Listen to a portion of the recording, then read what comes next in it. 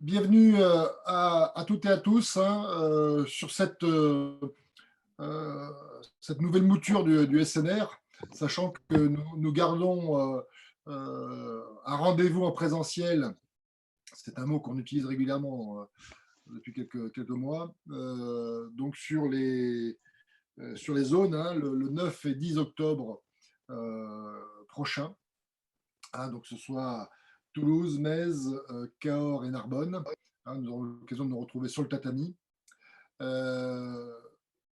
Merci donc à l'ensemble des techniciens, du personnel de manière générale de la Ligue d'être présents à ce rendez-vous en visio. Merci à vous, responsables de club, que vous soyez enseignants ou dirigeants. Et puis, merci évidemment aux responsables d'OTD d'être également sur ce temps d'échange. Nous avons vécu un été avec la joie des résultats de nos judokas aux Jeux Olympiques. J'espère que ça va être de bon augure pour cette rentrée. Je ne sais pas si dans le cadre des forums que vous vivez, vous avez ressenti cet élan des Jeux. En tout cas, ça peut être que bénéfique. Je ne sais pas si ça jouera sur la reprise d'adhésion. En tout cas, ce qui joue énormément, et je félicite et remercie ceux qui ont pu rester actifs sur cette période d'été pour préparer la rentrée, pour fidéliser les adhérents ou mobiliser de nouveaux. Sachez quand même que nous, au niveau des équipes de la Ligue et des OTD et comités, nous avons mis en place une politique d'aide et d'accompagnement au club, que ce soit dans le cadre du plan de relance ou dans le cadre du plan de reprise. Sur l'ensemble du territoire de l'Occitanie, il y a eu une mobilisation pour aider les clubs à hauteur de 95 000 euros qui est alloué à l'ensemble des structures. À ceci se rajoute 8 000 euros de la part de notre partenaire Mizuno aux clubs qui auront la plus grosse progression entre l'année dernière, au 30 septembre de l'année dernière, à cette année. Voilà, donc vous aurez les modalités dans un courrier qui va vous être adressé, qui va être adressé à l'ensemble des clubs très prochainement. Voilà, nous avons plusieurs rendez-vous qui s'annoncent, notamment il y a le colloque des hauts gradés début octobre qui se fera suite au stage national, au stage des kata qui se fera également à Albi. Donc le colloque des hauts gradés se fera le 3 octobre à Réalmont. Et le grand rendez-vous également de ce début de saison, ça va être l'itinéraire des champions de Perpignan et les championnats de France première division senior, masculin et féminin, par équipe et individuelle. Ça, c'est une première que nous puissions organiser sur un même territoire, dans un même temps donné, sur 3 jours, le 12, 13 et 14, le championnat de France, les championnats de France par équipe et individuelle. Donc j'espère que vous serez présents pour accompagner, applaudir nos meilleurs combattants français. Voilà. Donc on va démarrer sur quelques éléments spécifiques. Vous avez eu l'occasion, j'espère, sur les liens qui vous ont été transmis, de regarder les différents documents envoyés par la fédération, par le siège fédéral, parce que la fédération, nous sommes tous la fédération. Et si vous avez des questions, n'hésitez pas, on va pouvoir y répondre. Avant cela, on va vous faire une petite présentation des grandes lignes, que ce soit dans le cadre du calendrier qui a été mis en place au niveau de la région. Et je laisse la main à ce titre à Louis qui va vous présenter le déroulé qui suit. Merci. Oui, bonjour à vous tous. Voilà quelques informations sur le déroulé de cette visio. Alors, effectivement, c'est une volonté fédérale que de l'organiser en 2 temps, de réserver ce moment sur tout ce qui est information fédérale et territoriale, bien sûr. Nous avons la présence Il vient de nous rejoindre de Mohamed Zouar, qui est le vice-président en charge de la Fédération de la culture et des grades. Donc, on va procéder en deux temps. Hein. Un premier temps sur les informations nationales et je laisserai Mohamed intervenir. Et dans un second temps, plutôt sur les informations territoriales, que ce soit du département ou de la Ligue, que nous allons mettre en place. Alors, pour le bon déroulement de la réunion de cette visio, vous pensez bien à couper tous vos micros pour qu'on puisse s'entendre. Pour poser vos questions, je vous rappelle, vous levez la main, mais à l'aide du petit icône qui se trouve en bas à droite. Et vous avez également, pour poser des questions, le chat, et on essaiera d'y répondre toute l'équipe du mieux possible. Voilà. Je laisse à Manon donc, qui va piloter le diaporama. Bonjour à tous, j'espère que vous avez passé un bel été avec les Jeux Olympiques. J'enregistre cette vidéo avant de décoller ce soir pour Tokyo pour assister aux Jeux Paralympiques avec l'Arbi Ben Boudaoud en espérant entendre encore au moins une fois ou plusieurs la Marseillaise. Ces JO de Tokyo auront été exceptionnels. Le judo est le sport qui a rapporté le plus de médailles à la France. C'est le judo qui a été le plus vu à la télévision avec 18 millions de vues. C'est encore le judo qui a été le plus couvert dans l'ensemble des médias. Donc bravo à tous nos athlètes, à tout l'encadrement de l'équipe de France, à tout le staff et bien sûr à tous les clubs, à tous les comités, à toutes les ligues et surtout aussi aux professeurs qui font vivre le judo partout en France et qui forment nos jeunes judokas à devenir aussi des champions. Toutes nos équipes de la fédération sont mobilisées depuis des mois et des semaines pour bien réussir cette rentrée. Il y a eu le partenariat cet été avec les clubs de plage Mickey, la com pendant les JO, la tournée de Kodomo et de toute la campagne de rentrée qui est en cours. Il y a plein de moments difficiles en ce moment, notamment pour vous sur le terrain. Le contexte est encore tendu, mais avec l'image des Jeux, nous espérons que nous allons être au top à la rentrée. On est aujourd'hui tous mobilisés pour faire du judo le sport star de la rentrée. Bonne rentrée à tous avec plein d'enfants et de pratiquants dans les dojos et vive le judo. Et voilà. Vous m'entendez? Oui, on t'entend. Bonjour Mohamed. Oui, bonjour Louis. Bonjour Franck, bonjour Marc, bonjour Jacques, bonjour tout le monde. Donc, bonjour à toutes et à tous. Je suis ravi d'être avec vous. Je vais faire vite, donc je ne sais pas si vous voulez que je fasse une présentation au niveau des grades. Est-ce que vous l'avez déjà diffusé ou pas? Oui, on a diffusé. Hein.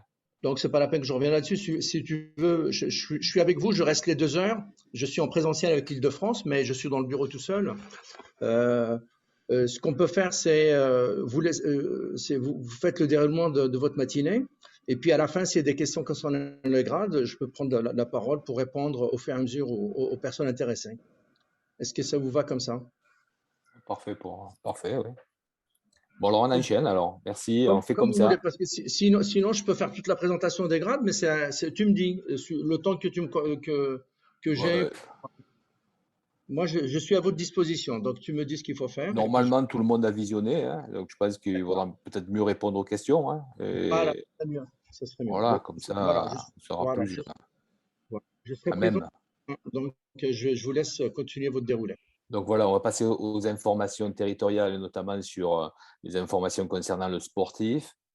Donc il y a une volonté de la conférence présidente, de nos élus notamment, hein, dans la continuité de l'organisation des 4 zones. Donc anciennement, on appelait ça les secteurs, hein, donc avec un regroupement de par département. La seule différence, c'est que à partir de cette saison, enfin c'était la saison dernière, mais avec le Covid, on a reporté. Donc, les clubs participent uniquement dans leur zone de leur département. Les zones deviennent fermées et non plus ouvertes. Et il y a un recalcul sur le mode de qualification, donc basé plutôt sur le nombre de licenciés. Donc, un petit rappel sur les 3 filières de compétition que nous avons organisées pour structurer le territoire. Donc, la filière sélective, avec les zones fermées qui permettent la sélection vers les championnats officiels. La filière de préparation, qui est ouverte à tout le monde et qui permet de se préparer notamment à l'aide des tournois que nous avons labellisés sur le plan national, mais également sur le territoire, label Occitanie, et la filière d'animation qui est ouverte à tous, avec notamment de la relation grade championnat, des groupes morphologiques, et plus adapté donc à l'animation avec un public qui est préservé. Pour les Benjamins, je vous propose, je déroule, hein, s'il y a des questions, je déroule dans un premier temps et après on répondra à vos questions. Hein. Donc sur les Benjamins, il n'y a pas véritablement de changement, hein, si ce n'est que pour la filière sélective, donc les clubs inscrivent et participent, leurs élèves et participent au critérium de comité. Alors, c'est souvent organisé en plusieurs phases.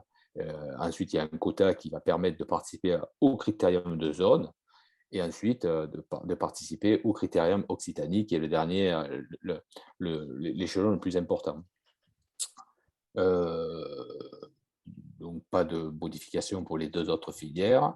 Pour les minimes, on est exactement dans le même processus avec, comme échelon le plus important, la Coupe de France, puisque la Coupe d'Occitanie qualifiera ensuite pour la Coupe de France. Mais même processus de qualification pour les Benjamins, donc comité, zone et sa zone de zone fermée, hein, sa zone où on est implanté, l'Occitanie, ensuite la Coupe de France. Alors, on rentre là, c'est là qu'il y a du changement, hein. Donc sur la filière sélective, il y a maintenant 2 voies de qualification pour le championnat de France. C'est une décision fédérale, hein, avec le championnat classique comme nous organisions jusqu'à présent. Donc les clubs participaient, s'inscrivaient au championnat de zone, donc soit à la compétition espoir, ce sont les 3e années cadets, soit à la compétition cadet première et deuxième division. Les 2 championnats ont la possibilité de qualifier vers le championnat de Ligue Occitanie première division, mais qualifier également directement pour le championnat de France espoir ou pour le championnat de France deuxième division. À partir du championnat de Ligue première division, on peut se qualifier pour le championnat de France première division. Parallèlement, il existe la ranking nationale. C'est mis en place à partir de cette année, un peu sur le modèle de ce qui se faisait chez les juniors et les seniors. Et certains tournois, donc je vais venir sur la diapo suivante. Il y a un quota pour les cadets, on est à environ 10 qualifiés par cette ranking. Voilà. Alors un petit rappel de cette ranking. Donc c'est les judokas qui participeront à ces tournois nationaux, hein, labellisés. Donc on prendra en compte leurs 4 meilleures performances. Je vous rappelle, on peut marquer des points dans plusieurs catégories, hein. Donc, c'est 10 judokas qualifiés maximum. Cette ranking s'arrête 3 semaines avant le championnat de France, c'est-à-dire la dernière compétition, c'est le championnat de Ligue, en gros. Pendant une année, vous marquez 100 points et l'année précédente, on garde quand même le bénéfice. On peut garder le bénéfice pendant une année, donc à hauteur de 50%. Donc, ça veut dire que cette année, si vous avez sur les 4 meilleures compétitions, peut-être que vous marquerez des points sur le championnat de l'année passée. Il n'y en a pas eu beaucoup, il y a peut-être une demi-finale à hauteur de 50%. Il faut obligatoirement faire au moins un combat, hein, pour marquer des points. Et ensuite, les principes d'égalité qui sont proposés. Alors, donc sur cette ranking, vous avez les tournois label A, donc le premier marquera 60 points. Label A, nous pour les cadets, nous avons Tarbes, par exemple, le tournoi des cimes. Un tournoi label excellence marque 80 points. Un tournoi super excellence, c'est l'ancien tournoi de France à Marseille, 100 points. Et ensuite, vous avez le championnat de France de 100 points et puis les compétitions internationales. Voilà à peu près le modèle. Et ça sera la même chose pour les juniors et les seniors, avec des petits changements, mais on est sur ce principe-là. Donc, vous avez la possibilité de vous qualifier directement au championnat de France. Pour les juniors, donc on est à peu près sur le même système, si ce n'est qu'il n'y a qu'une seule division, et ça ne bouge pas, si ce n'est que le club, vous participez directement au championnat de zone, et ensuite, on se qualifie pour le championnat de ligue. C'est un échelon supplémentaire que nous avons mis en place, qui répond un peu à la demande du terrain. Pour les seniors, on est toujours sur le même système, petite modification. Donc, au niveau, le club va engager ses judokas au niveau de la zone pour soit le championnat 3e division, soit le championnat 1re et 2e division. Donc, ça se passe, la séparation et le choix se fait au premier niveau, donc au niveau de la zone. À partir de la 3e division, donc on va au championnat de Ligue ainsi qu'au championnat de France. Et puis, si on choisit la voie de la 1re et 2e division, on fait le championnat de Ligue, 1re et 2e division, et on peut accéder ensuite sur le championnat de France. C'est-à-dire que le premier se qualifie au championnat de France et les autres, je pense qu'on a un quota de 4, on le verra un peu plus tard. Enfin, vous les avez dans les documents qu'on a mis en ligne. Pour le championnat de 2e division. Les championnats de 3e division, 1re et 2e division se passent le même jour. Hein. Voilà. Et il y a toujours l'accès, ranking list, par le principe que je vous ai montré. Alors, un petit mot de rappel sur la double appartenance, qui vient des nouvelles modifications. Donc, il y a des questions qui m'ont été posées, notamment sur, puisque l'inscription doit se faire à partir de l'extranet. Pour l'instant, c'est pas encore finalisé complètement et il y a quelques difficultés. Donc, on continuera au moins à procéder de la façon que l'on avait jusqu'à présent, avec les fiches à retourner à la Ligue, mais toujours 7 jours avant. Un petit rappel, donc la double appartenance, enfin une petite modification, ça sera 2 judokas maximum sur la feuille de pesée et donc l'interdiction, c'est les 100 premiers sur la liste de la ranking list continentale ou mondiale. Donc pour les vétérans, le système de qualification, vous pouvez vous inscrire directement au championnat de France. Pour participer à un championnat d'Europe ou du monde, il faut participer à 2 tournois, un A et un Excellence, ou un championnat de France, 1re, 2e ou 3e division. Pas de changement là-dessus. Sur les katas, donc il n'y a toujours pas de changement non plus, si ce n'est qu'il va y avoir un championnat de France, hein, mais avec, comme il n'y a pas pu avoir lieu l'année dernière. Donc là, vous avez la ranking list nationale qui qualifie pour le championnat de France et la Coupe d'Occitanie également qui qualifie au championnat de France. Savoir que la Coupe de France, on la faisait en même temps que le tournoi de Prades, hein, qui était dans la ranking nationale. Donc, ce tournoi ne sera pas organisé à Prades, mais par contre, c'est le comité du Tarn-et-Garonne qui l'organisera à Montauban en même temps que la Coupe d'Occitanie. Le Jiu-Jitsu Newaza, pas de changement. Hein. On passe par la ranking list nationale à partir des demi-finales et on peut accéder au championnat de France. Voilà. Peut-être si vous avez des questions sur ce premier, sur les systèmes de qualification, qu'on puisse répondre. Si vous avez des interrogations. Juste une précision, Louis, pour le Jiu-Jitsu, la phase nationale senior devrait se réaliser chez nous, à Saint-Orens, au mois de mars. Merci pour cette précision. On attend quand même le feu vert de la fédération, enfin du siège fédéral, hein, évidemment. Hein. En tout cas, on a postulé. On est en projet. Il n'y a pas de questions, c'est clair? Bon. Parfait. Donc, je vais laisser la main peut-être à Sébastien Bonin, qui est notre référent pour les catégories des minimes, pour présenter la détection et la formation, ainsi que le système de mise en place et de qualification et de suivi du groupe élite minime. Sébastien, tu es présent? Oui, c'est bon, je suis présent et dispo. Bonjour à tous et à toutes. Donc, ce système de détection et de formation, on avait commencé à le mettre en place l'an passé, mais effectivement, donc, on n'a pas pu le mettre actif. Donc, l'idée, c'était de faire une progression qui allait du club vers la ligue pour essayer de détecter et de former nos minimes avec, vous verrez un petit peu plus tard, un lien avec les benjamins. Donc, au niveau des interclubs, c'était favoriser les regroupements en interclubs avec des interventions ponctuelles possibles des CT dans les départements. Les comités ont en charge du coup les organisations d'entraînement de masse avec des stages benjamin minime au niveau départemental.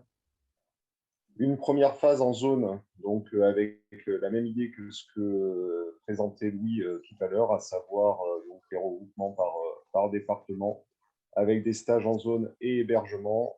L'idée, c'était d'augmenter l'opposition et de décloisonner. et d'identifier les meilleurs profils vers une sélection ligue. Donc là, toute cette première partie de club à zone, c'est vraiment une détection de masse. Et à travers ça, aller vers un dernier groupe, un groupe ligue, qui serait un groupe élite, où l'idée, c'est de regrouper les meilleurs sur les différents stages de ligue.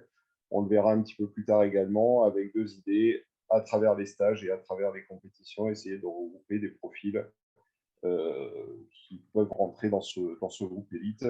Une nouvelle fois, organiser des stages avec des décloisonnements et mettre en place un suivi avec le suivi du profil de chaque athlète. Pour rappel, l'été passé, on avait pu partir par exemple avec 8 minimes sur le stage national des Ménuires avec une sélection de l'Occitanie.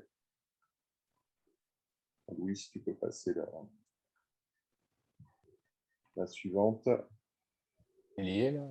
Ouais, c'est bon, c'est présent, c'est bon pour tout le monde. Donc, du coup, on a fait un petit rétro-planning sur la saison. Hop. Donc, l'idée ici, c'était de partir des vacances de Toussaint sur les 4 zones avec des stages dans les zones, avec l'idée de croiser les publics, Benjamin, minime, cadet, junior, senior. Donc, c'est pas de les mettre tous ensemble.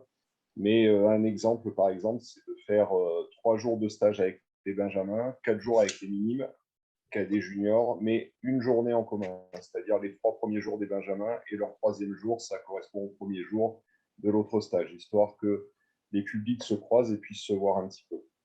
À ce niveau-là, dans les zones, c'est les interventions des CT de chacun département qui sont là et qui vont détecter les potentiels et essayer de remonter vers la ligue des potentiels éventuels pour les prochains stages.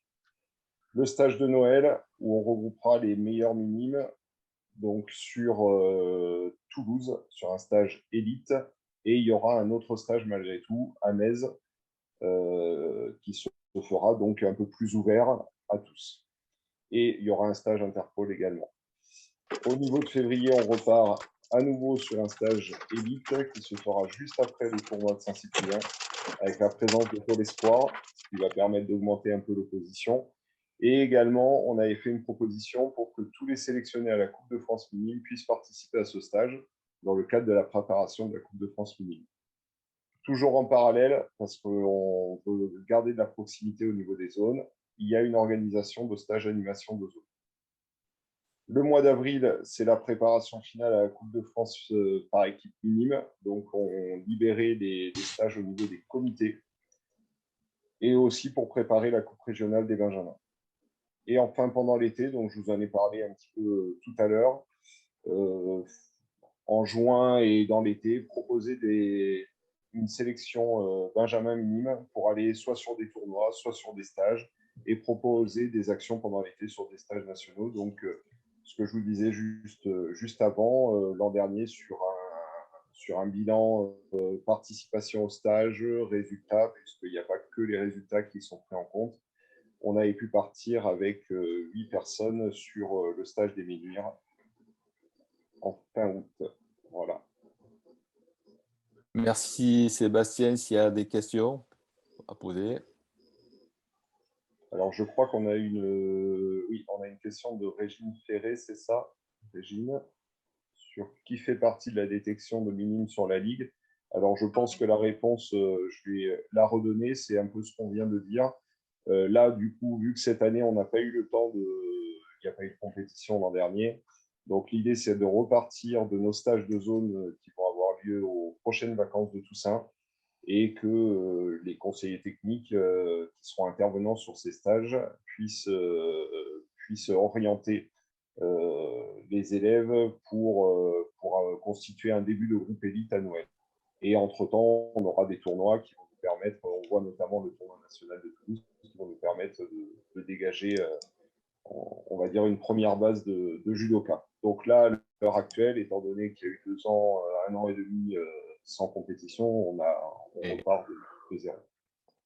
On va même laisser le temps jusqu'au 15 de février et pour composer ce groupe, et on s'appuiera bien sûr sur les tournois qu'on a en début de saison. Donc il y a quelques tournois qui seront référencés, notamment Moissac, Toulouse, et éventuellement les tournois, d'autres tournois. Et on composera un petit groupe d'une vingtaine de judokas qui seront identifiés pour participer à ce stage. Mais on l'ouvrira, bien sûr, puisque c'est le stage de Saint-Cyprien qui est organisé par le club de Saint-Cyprien en partenariat avec le comité, avec de nombreuses délégations internationales. Voilà. Donc, il y a d'autres questions peut-être? Je vois Lionel Quillet qui a levé la main, c'est ça? Oui, juste une question par rapport à la préparation à la Coupe de France par équipe minime. Oui.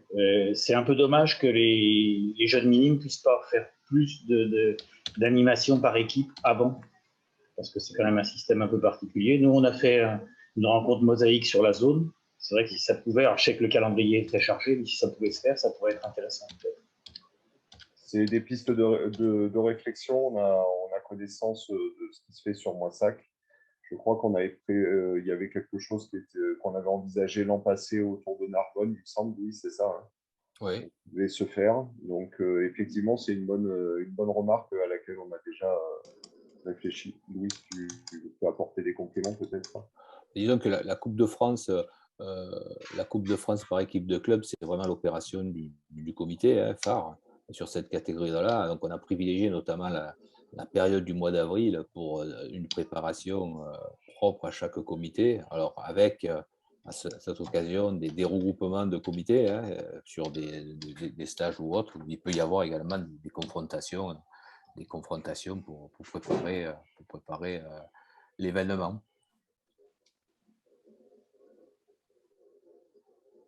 D'autres questions sur ce diapo?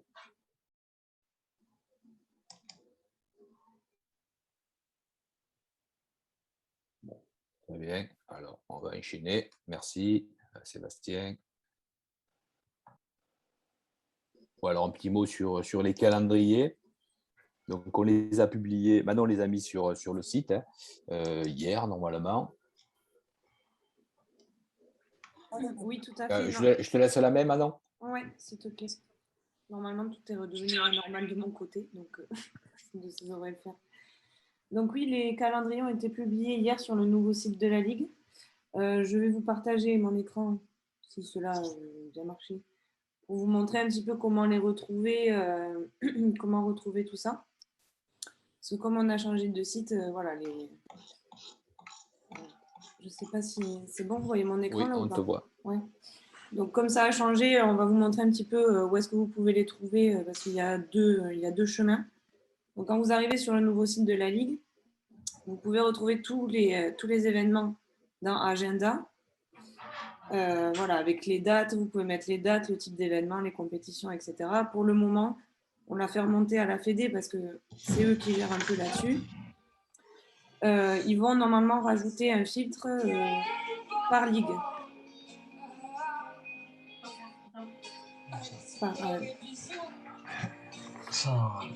Il faudrait couper les micros.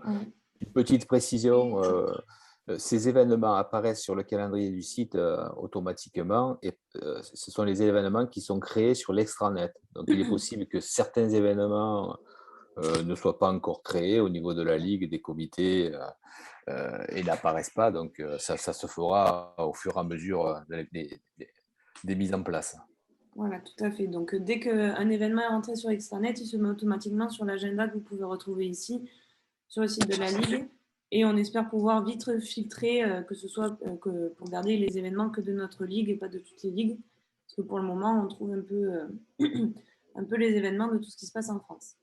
Ensuite, pour retrouver tout ce qui est calendrier, vous allez dans activités et sportifs et vous trouvez calendrier sportif, organisation, tournoi et quota. Et à partir de là, vous avez tous les documents nécessaires. Quand vous cliquez dessus, vous êtes renvoyé de suite pour le calendrier, qui se met pas très bien, ou sur l'organisation sportive, etc. Donc, c'est comme ça que vous pouvez retrouver tout ce qui est organisation, les tournois, les quotas et le calendrier de la Ligue.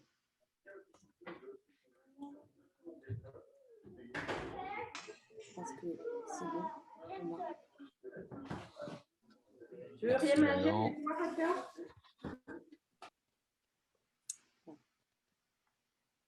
Donc, je reprends la main.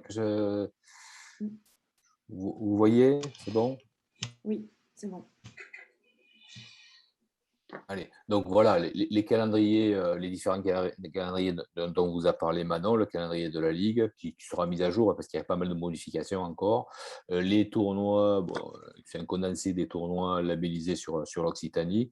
Il y en a d'autres qui vont se rajouter. Hein. Donc, un petit mot sur les tournois excellence qui ont été mis en place et proposés, acceptés par la fédération. Alors, cette année, il y a eu un véritable changement, hein, puisque c'est le national, le directeur de la haute performance avec son équipe, qui a proposé un calendrier. Il fallait se positionner sur des dates précises. Par exemple, pour les cadets, il y a au premier trimestre, il y a 2 ou 3 dates, hein, au premier trimestre, 3 dates, je pense, de tournois excellence avec maximum 2 lieux, 2 sites, un dans le nord, un dans le sud, pour que toute la population puisse accéder à ces championnats. Bon, voilà, donc il y a un cahier des charges qui est précis, on s'est positionné, donc on n'a pas eu d'acceptation, notamment sur les tournois qu'on avait proposés. Et puis il y a eu aussi des annulations, puisque Agde n'a pas pu, le comité de l'Hérault n'a plus souhaité organiser. Nîmes s'est positionné un peu tard et puis ça n'a pas été accepté. Voilà. Donc nous avons un tournoi excellence sur Toulouse. Je parle uniquement de la ranking list, hein, pour la qualification pour les cadets, juniors et seniors. Hein. Donc, nous avons 2 tournois à Toulouse pour les cadets et les seniors le 19 et 20 février. Mais également participent à la ranking list donc les tournois de label A. Donc, nous aurons Tarbes pour les cadets et le 7 et le 6 pardon, et le 7 pour les seniors. Donc, c'est le tournoi des cimes. Hein. Voilà, qui participe. Je rappelle, il y a autant de points marqués sur un tournoi que sur le championnat régional. Et il y aura également le tournoi junior de Moissac qui passe en A, donc sur lesquels on pourra marquer des points. Donc voilà, toutes les catégories d'âge sont concernées sur le territoire. Le principe des quotas, donc vous avez, donc ce que vous a montré Marion, vous pourrez accéder aux différents quotas pour chaque catégorie d'âge, avec les quotas du département vers le national. Tout ça, c'est bien précisé. Un peu des questions là-dessus avant de passer au grade?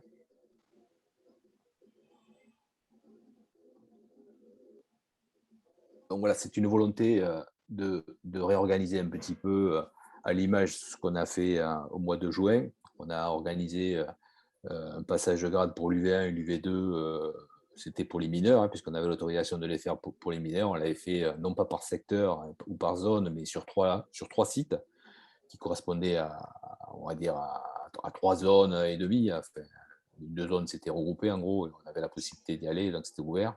Donc voilà, l'idée c'est de dire à partir de cette année, on passe en l'UV1 et l'UV2 au niveau des zones. Donc ce seront des organisations de zones, bon, bien organisées de la même façon. Hein. L'idée c'est à l'image de ce qu'on avait fait au mois de juin, à partir des inscriptions, de convoquer les candidats par bloc de passage en regroupant les clubs, c'est-à-dire qu'un club se verra convoqué pendant 2 heures maximum sur la première vague, la deuxième ou la troisième. Comme ça, les enseignants pourront suivre leur judoka et les judokas pourront être passés et n'être pris que pendant un laps de temps défini. Alors, c'est lourd, et il faut de la rigueur, c'est-à-dire qu'il faut bien s'inscrire au bon moment, avec son partenaire, que tout le monde soit bien licencié, bien toutes bien tous les critères définis, notamment dans cette période. Il faut obligatoirement le pass sanitaire à jour, etc. etc. Donc, 4 sur chaque zone, il y aura 4 passages. Donc, on rajoute un passage par rapport aux années précédentes pour rattraper un peu la non-activité de la saison passée. Deuxième organisation, donc on reste sur ce que l'on a organisé jusqu'à présent, parce qu'il nous faut suffisamment de monde pour organiser des groupes morphologiques et les groupes par Dan. Donc le dimanche, on garde la même organisation sur Toulouse et Narbonne pour l'UV3 et l'UV4, donc l'environnement. Donc un rappel, et également pour cette compétition le dimanche, donc on fonctionnera par des inscriptions préalables et ensuite on convoque par bloc avec un maximum de 2 heures. Bon là, on ne regroupera pas les clubs, hein, puisque le regroupement il se fait à partir des danes présentés, des poids, etc.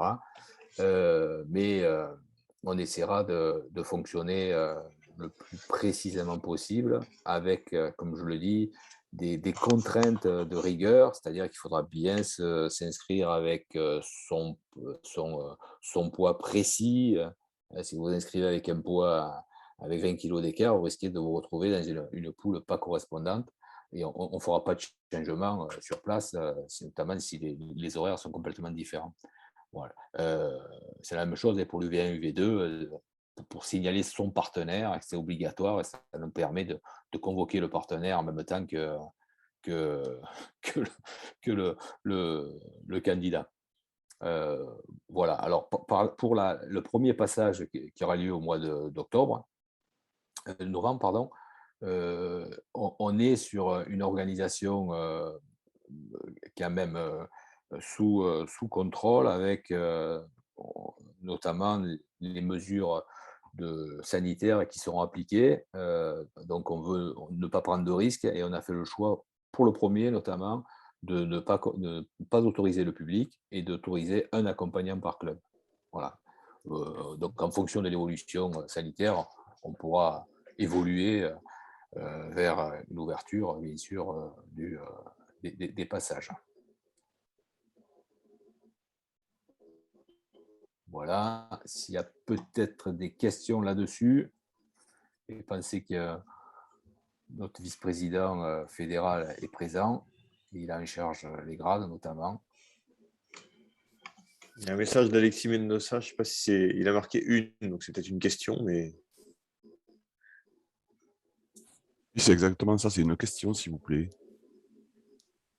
Est-ce que vous m'entendez? Oui, on t'écoute. Pour le premier passage de grade là, du mois d'octobre, vu qu'il n'y a pas de public et qu'on a un accompagnant par club, je pensais que l'accompagnant allait amener tous ceux qui doivent combattre ensemble, sauf qu'ils ne vont pas du tout passer au même moment. Est-ce qu'ils auront quand même le droit de rester dans la salle des autres compétiteurs? Oui, tout à fait. Alors, la période bloquée de 2 heures, ça sera pour l'UV1 et l'UV2, la technique et les kata. Là, c'est assez facile. Hein.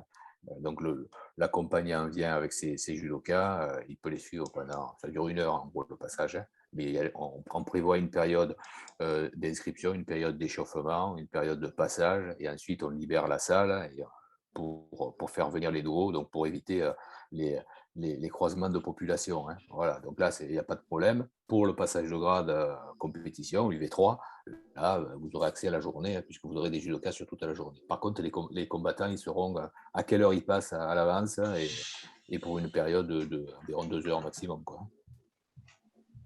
Alexis, j'ai répondu? Oui, c'est bon, merci. Il y a d'autres questions? Bon, parfait, alors on enchaîne. Alors, les SNR de zone, bon, on a commencé par cette visio, ça nous dégagera, c'est une volonté fédérale, hein. Ça permettra de dégager les SNR on va dire en physique, hein, avec 2 lieux. Alors, nous, ça ne change pas beaucoup parce qu'on était habitué à fonctionner sur 4 sites, hein, notamment par zone, du fait de l'étendue de notre ligue, 13 départements. Donc, ça aura lieu le 9 et le 10 octobre, le 9 à Metz et Toulouse, et le 10 octobre à Cahors et Narbonne. Donc, les 4 zones seront en capacité de vous accueillir. Alors là, on est en zone fermée, hein, je vous rappelle, c'est une volonté de nos dirigeants. Sur le programme, donc, ça s'articule puisqu'il y aura beaucoup sur le tapis, avec beaucoup de pratiques sur le judo, le jiu-jitsu, le kata, avec un fil conducteur qui est on va dire, l'articulation autour du thème du randori. Sur ces SNR, on vous demande de vous inscrire sur l'extranet et ensuite de réserver votre repas. Il y a la possibilité d'y participer. Donc les repas, il y a une participation à hauteur de 5 € de la Ligue par rapport aux finances que nous avons. Et en fonction du lieu, le tarif est un peu changeant, si c'est du plateau repas ou du repas servi. Voilà. Donc, en tout cas, les thèmes sont les mêmes. Vous les avez sur le site. On a largement communiqué là-dessus. Et vous pourrez, ce sera assuré bien sûr par l'ensemble de nos formateurs régionaux qui ont été formés à Châtelaillon pour cette occasion. Il y a une question d'Alain Vigneault. Oui. Oui, bonjour à tous. Voilà, tu précisais qu'avec la mise en place de ces zones fermées, donc ça veut dire qu'au niveau des SNR, un enseignant qui souhaiterait pour une raison ou une autre aller sur une autre zone, ça n'est pas possible? Non, ce n'est pas possible, sauf cas exceptionnel. La volonté, en fait, c'était que chaque zone, comme maintenant ça fonctionne à l'initiative et sous la responsabilité des départements et des comités qui en font partie, donc il y aura des organisations propres à chaque zone avec une implication départementale importante. Donc il nous semblait intéressant de regrouper les zones avec les clubs des comités concernés pour que l'information, puisqu'il y aura un temps d'information de chaque comité à cette occasion, pour expliquer un peu le fonctionnement propre qui va être nouveau, notamment sur les grades, sur les championnats de zone, etc. etc. Ok, merci. Il y a une question de Baby sur les inscriptions aux examens de grade. Oui. Oui, bonjour. Ma question, c'est que le grade, il n'est pas encore validé sur la page personnelle. Et si on veut s'inscrire pour un examen de grade, on fait comment? Est-ce que ce n'est pas sur ton passeport, mais est-ce que ça a été validé sur l'extranet? Est-ce que ça apparaît, ton grade, il a été validé ou pas? Non, le grade, il n'est pas encore validé, mais dans mon passeport, j'ai déjà le grade. Bon, le gérera ça en direct, ça. Ouais, pour ça, Baby, pour ça, il faudra voir Michel. Il faut voir. D'accord. On le gérera en direct pour homologuer. Il y a eu quelques problématiques pour homologuer, parce que toi, tu as bénéficié du processus particulier pour les enseignants avec l'aménagement des grades. Donc, les grades étaient aménagés notamment sur l'UV1, UV2. D'accord. Donc, ça pose des problèmes notamment au niveau de la validation, en fait, de l'inscription sur l'extranet. Mais on réglera le problème en direct. D'accord, merci. Est-ce qu'il y a d'autres questions? Bon. Parfait. On va passer là, je vais laisser la main à Arnaud sur l'itinéraire des champions et des championnats de France à Perpignan. Oui, donc comme vous l'a expliqué Franco Pitts tout à l'heure, le président, va être organisé donc, un événement exceptionnel entre le 10 et 14 novembre au parc des expositions de Perpignan. L'itinéraire des champions, qui est une nouvelle formule du mercredi équipe de France, qui a pour objectif de rassembler le maximum de judokas, de faire une grande fête de judo autour de plusieurs événements. Il y aura les centres de loisirs de la ville qui seront invités, l'ensemble des clubs et des judokas qui pourront participer. C'est un mercredi, un jeudi férié, donc c'est idéalement placé. Et enchaînera avec cet événement les championnats de France individuels première division senior le vendredi 12 et le samedi 13 novembre et les championnats de France première division senior par équipe de club. Donc c'est la première fois que l'ensemble de ces trois événements sont réunis sur un seul et même lieu. Donc, dans le parc des expositions, qui est un complexe qui a été construit il y a plusieurs années, qu'on va aménager pour pouvoir recevoir l'ensemble des compétiteurs qui pourront participer à leur seule compétition, on va dire, nationale de l'année, et l'ensemble du public qui sera accueilli. Des offres pour pouvoir participer en tant que spectateur seront envoyées en priorité au club, avec des packs clubs qui vous seront proposés pour pouvoir venir bénéficier du spectacle et se rendre à Perpignan à cette date-là. La communication va bientôt partir, elle n'est pas en retard, elle est juste calculée pour ne pas percuter, on va dire, et venir en concurrence directe du Paris Grand Slam de judo qui a lieu au mois d'octobre, le 16 et 17 octobre à Paris. Donc tout ça, ça va arriver très bientôt. Vous recevrez une communication directement dans vos clubs et après pour le grand public. Peut-être rajouter aussi le mode de qualification. Donc, il y a par la ranking list, en fonction des tournois, des compétitions nationales et internationales, mais également du championnat d'Occitanie qui aura lieu 3 semaines avant à Rodez, organisé sous le même principe. Un jour les individuels, plutôt le samedi les individuels et le dimanche par équipe, avec les précisions de peser. Ceux qui ont combattu le samedi n'auront pas à se reposer le lendemain. Bon, il y a toujours la notion des 5% par catégorie, etc., etc. Mais bon, ça vous sera précisé sur l'extranet et sur les observations. Petite précision supplémentaire, donc pour organiser ce championnat, comme tout championnat national, on va constituer un groupe de bénévolontaires qui pourront intervenir, et ce groupe de bénévolontaires, il y aura un appel à candidature qui sera ouvert à l'ensemble des licenciés judoka de l'Occitanie, principalement majeurs évidemment, puisque sinon ça pose des problèmes après d'organisation. Donc vous recevrez aussi cet appel à la candidature, et après une sélection sera faite en fonction des postes et des disponibilités de chacun. On espère avoir pas mal de monde, mais notamment les médaillés des Jeux qui devraient être présents et peut-être même combattre, notamment sur les équipes, puisqu'il y a les enjeux de club. Donc ça, on devrait être gâtés, on espère.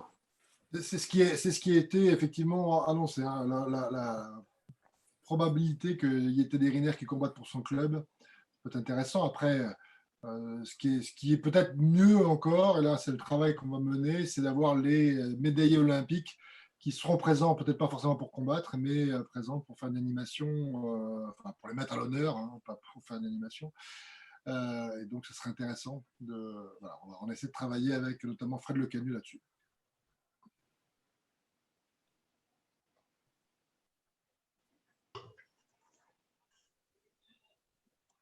Alors, question notamment pour les grades, si on peut s'inscrire sur notre ligue, oui, il y a des inscriptions. Alors, la période de protocole sanitaire, elle est compliquée, notamment pour la gestion des publics et de l'identification, puisqu'on est obligé de le faire de nos candidats. Mais d'une manière générale, les passages de grade sont ouverts sur le territoire national. Une question à laquelle je n'avais pas répondu.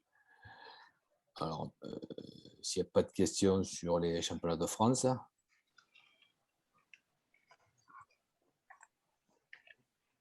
Si, il y a une question de Pascal Marcenac sur l'itinéraire des champions. Est-ce qu'il y aura un minimum de participants? Je ne sais pas si on dit minimum au maximum. C'est-à-dire, Pascal, est-ce que tu peux préciser ta question? Est-ce qu'on peut venir à 2, c'est ça? Pascal, si tu nous entends, si tu veux prendre la main. Pour le public. Je ne sais pas si j'ai le micro qui fonctionne. Si, c'est bon. D'accord. Quand on avait eu les mercredis de l'équipe de France qui était venue à Cahors, on a été un peu juste sur la possibilité d'accueil de public, notamment sur les capacités de la salle. Donc, savoir s'il y avait toujours les mêmes impératifs de nombre de participants, notamment sur les capacités de salle. Alors, l'avantage, c'est qu'on sera en configuration championnat de France. Donc, en fait, la salle sera installée avec la configuration championnat de France et donc environ 2500 places assises. Donc, on n'aura pas cette limite. Alors, on aura cette limite de 2500, mais bon. Je ne parle pas forcément de Perpignan à venir. C'est il peut y avoir d'autres s'il y a des comités qui ont des envies d'organisation. Est-ce qu'ils vont être bloqués par ça? Eh bien, ça va dépendre de la salle à chaque fois, hein. Ça, je ne peux pas te répondre là-dessus. C'est-à-dire qu'en fonction de la salle, évidemment, les jauges seront à ajuster. Mais ça, c'est pas là, je ne peux pas te donner une réponse toute faite. Non, mais pour la la salle, j'ai bien limitation. compris, mais c'était la fédération qui souhaitait qu'il y ait un minimum de public. Après, c'est contractuel. Le comité fait la demande d'organisation d'un itinéraire des champions. Donc, il y a un cahier des charges, il y a un coût. Et en fonction de ça, il y a un programme qui est réalisé avec Frédéric Lecanu notamment. Hein. Il y a 5 actions qui sont possibles. Donc, ça dure 2 jours. Et l'organisation, elle sera calée en fonction des capacités d'accueil. Hein. Et la volonté de la fédération, c'est de faire une grande fête du judo. Donc, s'il y a du public, c'est plutôt une volonté. Ouais. En tout cas, il y a 5 actions possibles sur les 2 jours, avec notamment des actions qui peuvent, pour les licenciés, des actions pour les non-licenciés. Quand je dis non-licenciés, ça peut être une action notamment dans les centres de vacances, etc. Et ça, c'est un programme qui est à bâtir entre l'organisateur, le comité et la Fédération française de judo. Ok, on verra avec eux à ce moment-là si jamais voilà. Ça postule. Il y a une question de Muriel Almunia. Ce que j'ai expliqué tout à l'heure, il y aura bien un appel à bénévoles qui sera lancé à l'ensemble des clubs et des licenciés de la Ligue.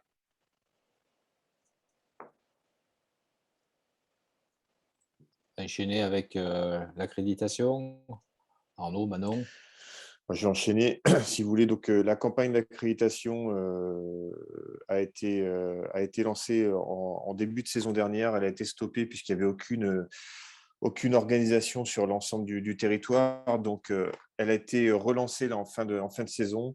L'ensemble des badges, en rappelant la règle, hein, un badge accompagnant possible par club, c'est le badge jaune que vous voyez à votre droite là, de l'écran, sera distribué à chaque club. C'est un badge que vous pouvez donner à quelqu'un qui a la possibilité d'accompagner les combattants au bord du tapis. Donc là, il faut se référer au texte officiel, hein, qui est en capacité de coacher. Et après, un badge par enseignant référencé au contrat club a été édité avec photo club dans lequel est enregistré l'enseignant et numéro de licence. Si vous n'avez pas fait encore votre demande, vous pouvez la faire. Ces badges seront distribués sur les stages nationaux de rentrée. Et si votre enseignant n'est pas encore référencé au contrat club, vous pouvez nous envoyer le diplôme, on l'envoie à la fédération pour qu'il soit référencé enseignant et après on le référence au contrat club. Voilà, ça permet d'être à jour et d'avoir vos accréditations en temps et en heure. Donc tout ça sera distribué à l'occasion des stages nationaux de rentrée de vos zones.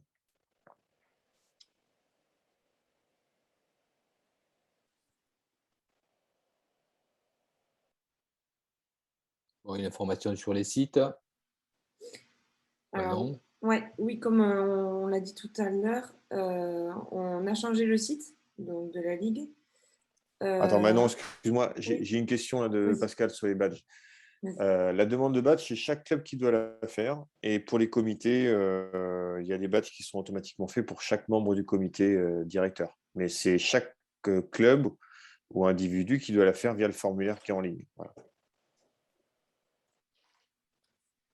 Donc oui, pour reprendre sur le site, donc vous l'avez vu tout à l'heure, je vais me remettre dessus pour que tout le monde le voit un peu mieux.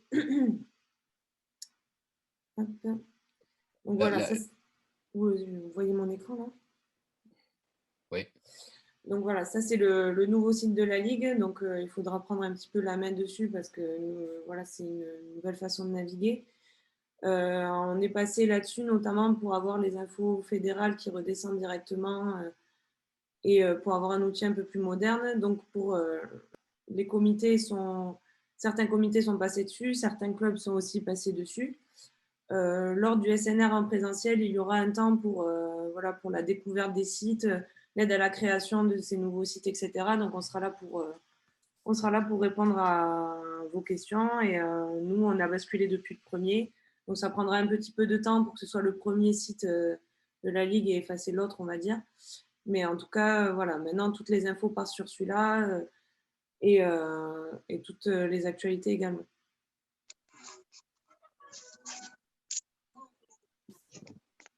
je ne sais pas si vous avez des questions dessus, mais en tout cas, voilà, moi je serai là, on sera là avec Arnaud sur les CNR pour répondre à toutes vos questions sur le site.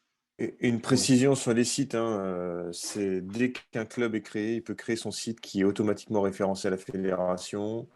Les informations du national, du régional, du local redescendent sur vos sites avec les résultats de vos judokas inscrits aux compétitions. Voilà, donc il y a un vrai principe de ruissellement, d'interaction avec l'ensemble de l'architecture fédérale. Et c'est là tout l'intérêt. C'est hébergé aussi gratuitement par la fédération et ça permet d'avoir une identité et un référencement général commun.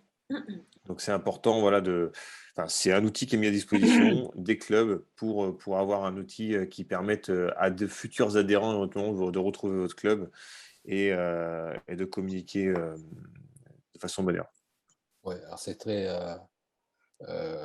Ça bouge beaucoup, c'est pas mal, hein, c'est intéressant parce que, comme le dit Arnaud, hein, vous vous inscrivez sur un événement de la Ligue, par exemple le prochain passage de grade, donc automatiquement apparaît sur le site et par ruissellement, vos inscrits de votre club vont apparaître sur le site. Et une fois que l'événement sera passé, vous aurez les résultats de vos judokas, mais uniquement de vos judokas, hein, concernant le club à cet examen. C'est la même chose au niveau du comité, donc il y aura tous les résultats du comité, et au niveau de la Ligue, tous les judokas concernés de la Ligue. Et Pascal Rousti a levé la main. Oui, j'avais une autre précision aussi pour le SNR. Donc, en même temps que cet accompagnement sur les sites, on vous accompagnera ici à la création des comptes sociaux, hein, qui deviennent incontournables, notamment pour les demandes de subventions du ministère, hein, que ce soit ANS et passeport. Oui, alors, question de Pascal. Oui, bonjour à toutes et à tous.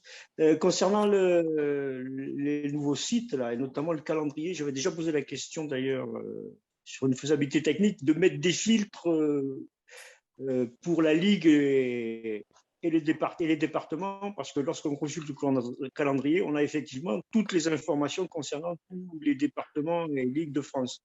Et c'est un peu compliqué de devoir fouiller. Si on pouvait filtrer au niveau du calendrier les infos Ligue et les infos départements, ça serait une bonne chose.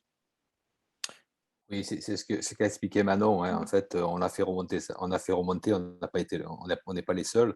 Donc, ils sont en train d'y travailler et il y aura un filtre pour les ligues. On espère le plus tôt possible et pour les comités. D'accord, merci. Plan de reprise, vous le voyez? Voilà, oui, ça y est, c'est bon. Donc, la Ligue a souhaité mettre en place un plan de reprise en corrélation avec ce qui a été fait sur un plan national vis-à-vis du plan de relance fédéral, hein, sur lequel je ne reviens pas. Vous êtes tous informés de ce qui s'est fait et notamment les sommes à verser sont arrivées, je pense, récemment dans les clubs, soit par le biais du fonctionnement ANS, soit par le fonctionnement fédéral. Donc, pour le plan de reprise de l'Occitanie, il était nécessaire que le club soit inscrit au plan de relance fédéral 2021. Donc, qu'il ait souscrit un contrat sur Extranet et que ce contrat a été validé par le comité départemental. D'accord. Il n'y avait pas de condition de nombre de prises de licence. Par rapport au plan de reprise, donc vont être concernés les renouvellements des licences de la saison 2021 pris pour la saison 2021-2022 à partir de la période où c'était possible de reprendre une licence, donc 1er juillet 2021 jusqu'au 30 septembre 2021. Pour l'instant, l'opération n'est pas terminée puisque, comme c'est mentionné là, ça se terminera au 30 septembre 2021. Donc, seront calculés les renouvellements des licences de vos clubs, donc des gens qui étaient licenciés en 2020-2021 et que vous aurez relicenciés pour la saison 2021-2022, avec une prise en compte maximum de 50% de prise en compte de renouvellement par club. D'accord. Et avec une somme qui va être ajustée par la Ligue et par le comité à partir du moment où on aura les chiffres exacts par rapport à ce 30 septembre 2021. D'accord. Comprenez bien que les nouveaux licenciés, donc des gens qui prennent pour la première fois une licence dans votre club, ne rentrent pas dans ce dispositif. L'objectif étant de prendre en compte la fidélisation et de prendre aussi en compte le fait que, par le biais du plan de relance, les clubs qui avaient bien joué le jeu dès le début de la saison dernière et qui avaient déjà pris un maximum de licences se retrouvaient par rapport au plan de relance fédéral, parce qu'il a été proposé en cours de saison, un petit peu squeezé de cette dynamique. Donc, par rapport rapport à ça, il nous a semblé judicieux de gérer ces éléments-là. Bien sûr, tous ces éléments de plan de reprise ont émané de réunions entre les responsables de la Ligue et les comités, et tout s'est fait en accord avec les comités de manière à ce qu'on trouve le schéma qui va le mieux possible. Donc, par rapport au plan de reprise, donc, il y a une participation par comité, il y a une participation par ligue qui donne une participation totale. Vous avez le détail là ici. Hein. Vous pouvez remarquer sur les Hautes-Pyrénées, les Hautes-Pyrénées sont rentrées sur un dispositif différent, notamment au travers d'une dynamique de reprise vis-à-vis de l'ANS. Donc, ils ne participent pas directement à ce schéma souhaité. Par contre, sur l'ensemble des autres comités, les éléments ont été gérés. Et bien sûr, ces éléments sont, comme on vous l'a dit tout à l'heure, à pondérer par rapport aux 50% de prise en charge possible, par rapport aux sommes globales que les comités et la Ligue ont prévues. Voilà. Donc, je ne peux que vous encourager à cette date, si vous n'avez pas encore fait le maximum auprès de vos licences, de renouveler les licences des gens de chez vous qui sont déjà revenus au club et qui étaient sur la saison 2020-2021 avant le 30 septembre pour que cette prise en considération puisse se faire, plutôt que de les laisser dans les paniers ou plutôt que d'attendre bêtement la date du 1er octobre qui fait que les gens ne sont pas pris en compte dans cette dynamique. Voilà, donc n'hésitez pas à licencier les gens dès maintenant. On pense que ce dispositif est une prise en compte des difficultés club de manière correcte et conséquente, et ça représente quand même pour nos comités, pour la Ligue, des sommes importantes engagées vers les clubs. On est là pour vous soutenir, on l'a fait à l'aide du plan de relance tel que l'avait demandé la fédération, et on continue à le faire pour l'ensemble des clubs qui ont souhaité être dans ce plan de relance et qui sont dynamisés dans ce plan de reprise. Une petite précision, Marc. Oui. Vous n'avez aucune démarche à faire pour toucher les sommes. C'est-à-dire, à partir du moment que vous étiez sur le plan de relance fédéral, même si vous n'aviez mis aucune licence, vous participez au plan de reprise et on calculera automatiquement à la fin il faut attendre la fin du mois, hein, bien sûr, hein, donc au début octobre, on calculera quelles sont les sommes qui vous seront reversées par les comités et la Ligue et vous recevrez automatiquement. C'est ça, Arnaud, hein? Oui. Merci pour cette précision, Marc et Louis. Hein, la démarche est vraiment d'accompagner encore plus les clubs, et notamment des clubs qui avaient pu passer à côté du plan de relance, même s'ils s'y étaient inscrits, parce qu'ils avaient fait le plein de licences avant le démarrage de ce fameux plan de relance. Hein. Donc, il y a eu quelques clubs qui nous faisaient relever cette problématique. Il y a toujours dans toute situation des trous dans la raquette. Et donc, on a voulu pallier à ça en permettant donc à des clubs sur des renouvellements, hein, qui avaient fait déjà le plein avant le fameux plan de relance fédéral, de pouvoir bénéficier de ce plan de reprise. Donc voilà, ça fait partie des actions, des politiques qu'on a mis en œuvre pour accompagner encore plus les clubs dans ce démarrage de la saison. Bien.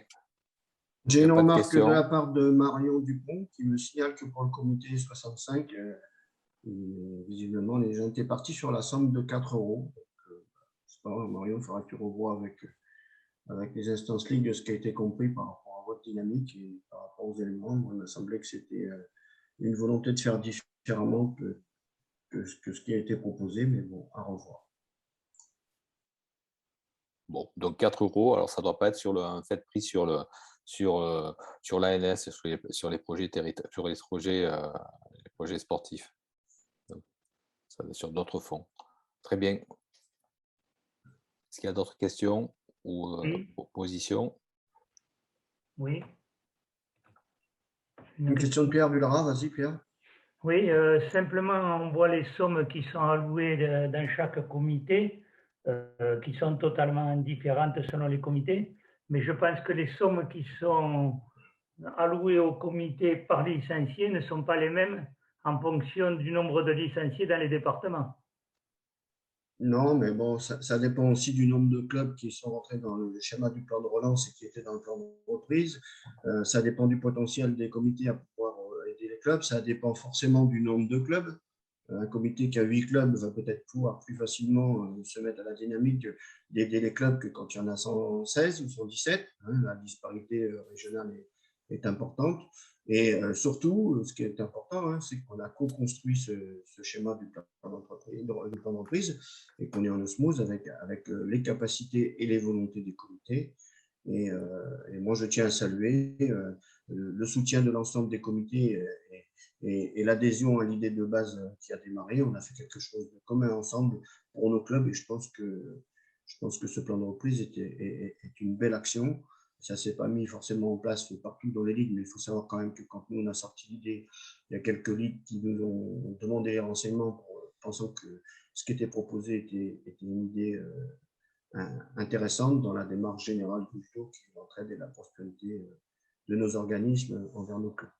Voilà, mais moi, ça me paraît logique qu'il y ait des disparités parce qu'effectivement, on n'est pas tous logés à la même enseigne, ne serait-ce que sur le schéma de calcul de ristourne de licence et autres. Donc, voilà, c'est logique qu'il y ait des décalages et moi, je salue l'effort que l'ensemble des comités a souhaité faire vers les clubs pour que ce plan de relance qui était initialement fait par la fédération soit complété par un plan de reprise avec en bonne intelligence, je pense, une aide importante pour nos structures.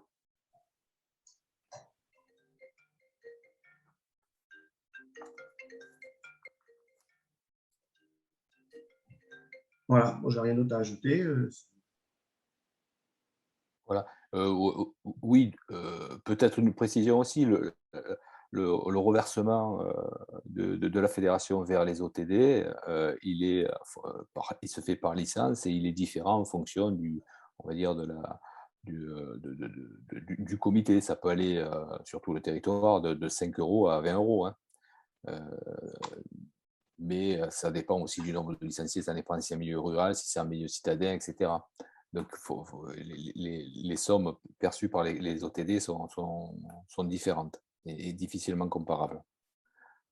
Voilà, donc s'il n'y a plus de questions, on va enchaîner sur la lutte contre les violences sexuelles. Donc, juste une petite information, il y aura une visio de sensibilisation par les colosses au pied d'argile, jeudi 4 novembre de 18h à 20h, c'est pendant les vacances scolaires, et c'est ouvert à tout public. Et il y aura une intervention de Violaine Chabard, qui est la formatrice et la responsable de l'Occitanie sur le colosse au pied d'argile. Voilà. Donc on en parlera on vous distribuera des guides lors des 4 SNR, notamment pour préparer cette visio. Et on vous expliquera un peu comment on va s'organiser, notamment avec une labellisation des personnes qui vont suivre des séquences de sensibilisation ou de formation tout au long de l'Olympiade. Opération Mizuno. Oui, je vais prendre la main là-dessus. Donc Mizuno, qui est partenaire de la Ligue, a souhaité, de concert avec la Ligue, aider aussi les clubs dans le cadre de cette rentrée. Donc, il y a 8 000 € de bons d'achat qui vont être distribués à 40 clubs. Le critère qui a été retenu par Mizuno et par la Ligue, c'était aussi d'aider des clubs qui avaient pu l'année dernière aussi jouer le jeu directement. Donc, ce qui va être calculé pour désigner ces 40 clubs qui seront répartis sur l'ensemble du territoire, sur les 13 départements. Il n'y a pas une répartition qui est encore définie. Donc 40 clubs vont recevoir un bon d'achat de 200 € pour ceux qui ont réalisé la meilleure progression de licence de date à date entre le 30 septembre 2020 et le 30 septembre 2021. Cette prise en compte de licence, ce sera prise en pourcentage, mais aussi pondérée en valeur absolue, puisque bon, alors je vous donne un exemple tout bête, mais quelqu'un qui avait 2 licences au 30 septembre 2021 et qu'on a 4 au 30 septembre 2021, ça fait 100% d'augmentation. Voilà, c'est assez à pondérer. Mais cette opération elle va être lancée avec Mizuno et vous allez recevoir la communication pour qu'on puisse faire un bilan à cette date du 30 septembre. Et ces bons d'achat pourront être utilisés jusqu'au 30 octobre chez les partenaires de distributeurs de la Ligue, donc qui sont Fujisport et Leadersport. Donc voilà, toujours dans le souci d'aider d'aider au maximum les clubs dans le cadre de dans cette reprise. Parallèlement à cette opération, va être aussi présenté lors du SNR une collection Ligue Occitanie. Voilà, il y a beaucoup de personnes qui nous ont demandé sur l'Olympiade dernière si on pouvait acheter soit un judogi, soit un polo, soit avec le logo de la Ligue. Voilà, donc il y aura une possibilité de le faire avec des tarifs préférentiels auprès des partenaires, une réduction qui va entre 20 et 25% auprès des distributeurs sur les éléments de la collection. Donc, une sélection de produits a été proposée. Elle vous sera présentée lors des SNR et il y aura une possibilité de s'équiper avec. Alors, je ne sais pas s'il y a des questions sur ces points-là. Il y a quelques questions sur le chat aussi, je crois. Ou non, c'est des questions auxquelles on a répondu. Pardon. Non, on a répondu.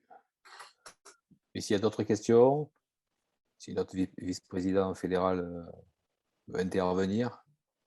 Non, je vous félicite pour tout le travail que vous faites. Hein. C'est bien carré et bien clair. Donc, si vous avez des questions à propos des grades, des distinctions ou le colloque des hauts gradés, ben je peux répondre si vous avez encore le temps.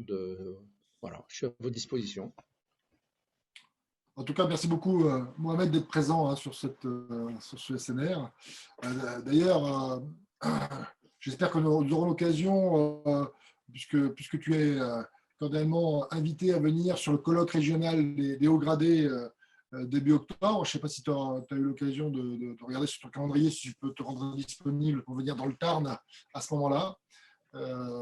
Si c'est possible, ce serait vraiment pour nous un grand plaisir de t'accueillir. Bah, c'est très gentil à vous. Bah, oui, j'ai eu l'info par Yves qui m'a appelé, donc je lui avais dit que j'étais disponible et c'est avec plaisir. Je crois que je suis ravi d'être invité, de retourner dans votre région et je m'aperçois qu'avec 13 départements, vous avez pas mal de boulot et voilà. Et je vois qu'il y a une bonne entente, c'est fabuleux et voilà. Donc c'est avec plaisir que je serai présent. Donc j'attends un retour de Yves pour caler tout ça. Mais je serai disponible le 2 et le 3, donc c'est avec plaisir que je viendrai.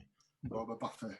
Écoute, on va avancer sur les modalités d'arrivée, mais on compte sur ta présence. Super. Est-ce qu'il y a des questions particulières sur moi, Franck, je veux bien amener une précision, puisqu'il y a des questions qui m'ont été posées par rapport à la dynamique qui avait été lancée la saison dernière concernant le questionnaire que certains clubs ont reçu par rapport à leurs licenciés en QPV. Donc, nous avons lancé à l'initiative du secteur développement la saison dernière un questionnaire auprès des clubs qui étaient normalement sensibles sur la situation de l'accueil de jeunes en QPV. Donc, on avait plus de 85 clubs au départ. Il y a des clubs qui nous ont répondu que finalement, il n'y avait pas de licenciés concernés par rapport à ça. Il y a des clubs qui ne nous ont pas répondu. Donc, visiblement, ça ne les intéresse pas qu'on les aide dans ce domaine. Donc, on va finaliser le traitement de l'ensemble des réponses en ayant l'occasion de vérifier. Donc, j'attendais d'avoir à nouveau la main sur la base complète de 2020-2021, puisque vous savez que par rapport à la démarche ANS et notamment par rapport au plan de relance, les gens qui devaient saisir des licences avant le 31 août ne l'avaient pas tous fait. Donc, la base fédérale est restée ouverte jusqu'au 15 septembre officiellement pour que ces saisies de licences se fassent. Donc, normalement, on devrait maintenant pouvoir fonctionner de manière claire avec la base de 2020-2021 totalement verrouillée. Il n'y aura plus de rajout de licences normalement, si j'ai bien compris, au-delà du 15 septembre. Donc, on va bien faire le point sur ces licences effectivement en QPV vis-à-vis des différents clubs. Et puis après, on va se réunir au niveau de la Ligue pour voir effectivement le nombre de personnes qui étaient officiellement licenciées dans nos clubs en QPV par rapport au retour des clubs, bien sûr. Hein. Si les clubs n'ont pas répondu, ben on ne les calculera pas. Et on fera en sorte de répartir la somme qui nous était attribuée par une subvention ministérielle particulière auprès de ces clubs, de manière à ce que, effectivement, comme on s'y est engagé, les clubs qui ont des gens dans cette dynamique QPV puissent voir à nouveau une aide à leur club vis-à-vis de ces licenciés particuliers. Voilà, donc ça va se traiter, je pense, dans le courant du mois d'octobre. Marc, tu as une question, est-ce qu'il s'agit des clubs situés en QPV ou accueillant des licenciés en QPV? les clubs qu'on a repérés. Alors, je vous explique comment on a fait. Hein. On a repéré d'abord où se trouvaient les QPV dans la Ligue Occitanie. Après, on a repéré les clubs qui étaient directement implantés dans les QPV ou à proximité des QPV. On a envoyé cette liste de clubs à nos comités pour avoir confirmation et d'être sûr de ne pas en avoir oublié. Sur le retour des comités par rapport à ça, il n'y a pas eu de club de rajouter. Et après, donc, on a envoyé aux clubs qui visiblement, par rapport aux connaissances de terrain, devaient être concernés, une petite enquête leur demandant de nous transmettre les noms et les prénoms des gens qui étaient licenciés en 2020-2021 et qui résident, donc eux, il faut que ce soit les jeunes, soit domiciliés dans le QPV. Alors, des fois, c'est compliqué parce que par rapport à l'adresse, dans la même rue, il y a un côté de la rue qui est concerné et en face, ce n'est pas le QPV. Donc, c'est un petit peu compliqué par rapport à ça.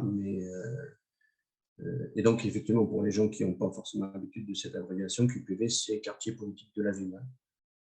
Voilà. Et donc, par contre, n'étaient pas concernés les quartiers sur certains secteurs qui sont vus aussi de manière particulière, mais qui ne sont pas officiellement relancés QPV. Donc, ce qui fait qu'il y a effectivement des clubs qui accueillent des gens par rapport à des dynamiques, mais ce n'est pas retranscrit sur le QPV. Après, là, les zones QPV évoluent aussi hein, sur le plan régional. Donc, on a tenu compte de l'existence des cartes qu'il y avait pour faire le repérage. On a expliqué aux clubs comment ils pouvaient accéder à ce repérage. Donc, on s'appuie sur la connaissance des clubs par rapport aux licenciés de manière à pouvoir répertorier. Voilà. Avant de passer la main peut-être à Lionel qui a levé la main, juste préciser, j'ai eu Moïse Duchemin là, qui me confirme bien que le comité des Hautes-Pyrénées participe à hauteur de 4 € pour les renouvellements de licence, donc bien dans le cadre. En fait, c'était une erreur par rapport au financement et aux demandes de subvention par l'ANS, c'est sur d'autres fonds qu'ils participent. Voilà, donc on le corrigera sur le diapo également pour que ce soit bien visible. Lionel? Oui, j'ai dû m'absenter quelques secondes peut-être, et je m'en excuse auprès d'Arnaud qui a peut-être déjà répondu à ma question. C'était par rapport à l'absence de badge lors d'une compétition, parce que les derniers souvenirs que j'ai des compétitions dans le secteur, on a eu des cas non négligeables de personnes qui étaient sur le bord du tapis sans badge. Qu'est-ce qu'on fait? Tu parles de la saison 2020-2021 ou avant? Avant, c'était avant. L'idée de mettre des accréditations en place, c'est que les personnes qui peuvent accéder au bord du tapis et accompagner ne soient munies que de badges. Donc après, alors, on ne va pas mettre un service de sécurité, hein, mais bon, c'est que les gens essaient de respecter ça pour qu'il y ait une circulation idéale autour des tapis, que la personne qui est au bord ou sur la chaise soit vraiment dans les règles. Voilà. C'est pour ça qu'il y a eu cette proposition et que ça a été mis en place déjà dès la dernière Olympiade. Après, voilà, en fonction de chaque organisation, de chaque salle, il faudra évidemment s'adapter. La volonté, hein, elle est vraiment d'identifier et de reconnaître les responsables de club. Après, comme vous le savez, il y a maintenant des règles de type carton jaune, carton rouge hein, pour les accompagnants qui ne respectent pas le protocole qui peuvent se mettre en place. Donc ça permet d'identifier. Mais bon, c'est vrai que le principe, c'est plutôt un principe de reconnaissance. Et effectivement, d'avoir un visuel sur qui est sur le plateau technique, d'autant plus dans le cas des gestes barrières qu'on est tenu de respecter actuellement, où il faut vraiment être scrupuleux sur là-dessus. Donc, ça sera aux organisateurs après de voir où est-ce qu'ils mettent le curseur. Est-ce qu'on empêche qui que ce soit qui n'a pas l'accréditation de monter sur le plateau technique ou de permettre peut-être d'avoir des accréditations en plus pour ceux qui auraient oublié, mais il faut que ça reste à la marge, évidemment. Voilà. Il y a une remarque de Régine, mais est-ce que tu peux préciser, Régine, ce que tu entends par là? De toute façon, pour l'instant, pour les compétitions, on va contrôler les passes sanitaires. Comme ils ont droit à un accompagnant par club, on vérifiera les badges en même temps. Donc, on fera un petit peu au départ, un petit peu de l'empathie et leur dire qu'à un moment donné, il faut qu'ils prennent leur badge aussi, quoi. On sera moins embêtés derrière.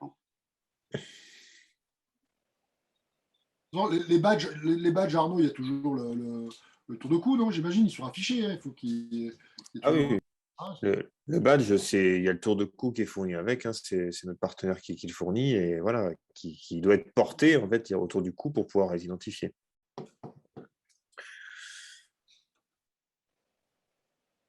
Est-ce qu'il y a d'autres questions par rapport à ça ou autre chose? Ok. Franck, je te laisse conclure et clôturer la visio. Écoutez, il est 11h30, nous avons un petit peu d'avance, c'est bien, ça va nous permettre de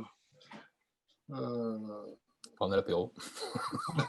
Voilà, sous le soleil de l'Occitanie, parce qu'ici il fait super beau temps en région toulousaine. Je ne sais pas ailleurs comment ça se passe, mais voilà, en tout cas, merci beaucoup pour ces échanges. Alors, je vois que Bruno pose une question. On va peut-être y répondre avant de conclure. Alors, attends, Bruno, c'est quoi? Il y a bien un quota. Hein. Il y a bien un quota en fonction du nombre de licenciés dans le club. Et ça, c'est identifié sur les formulaires. Et Xavier, qu'est-ce qu'on peut faire? Une mise à jour des badges sur les 4 ans. Tu peux prendre la main, tu peux prendre la parole, Xavier, pour... Oui, s'il y a changement, c'est ça? Voilà, s'il y a un changement de professeur ou s'il y a des professeurs qui arrivent qui sont diplômés. Oui, bien sûr. Changer sur les 4 ans, comment on fait? C'est en continu. Hein. Là, en fait, on les refait pour chaque Olympiade parce que les refaire tous les ans, c'est quand même assez lourd. Hein. Il y a quand même 500 clubs, donc c'est quand même lourd. Mais toutes les Olympiades, on les refait intégralement. Par contre, s'il y a un enseignant qui change de club en cours d'année, enfin en cours de saison ou d'une année sur l'autre, où il y a des nouvelles arrivées, on peut les refaire. Pas de problème. Après, ceux qui les perdent, on ne va pas les refaire 4 fois. Au bout d'un moment, ça fait, c'est déjà lourd. Et puis après, il faut être responsable de ces éléments. Voilà. Alors, sur le chat, il y a une question sur le passeport. Quelle est cette question? C'est Mario, je crois. Oui, bonjour à tous. Moi, j'ai une question sur le passeport par rapport aux dates limites. Sur la Ligue, il y a marqué sur le site que la saisie, c'est du 1er juillet au 31 octobre. Par contre, sur le site du sport gouvernemental, il y a marqué que la date limite de saisie est le 13 octobre.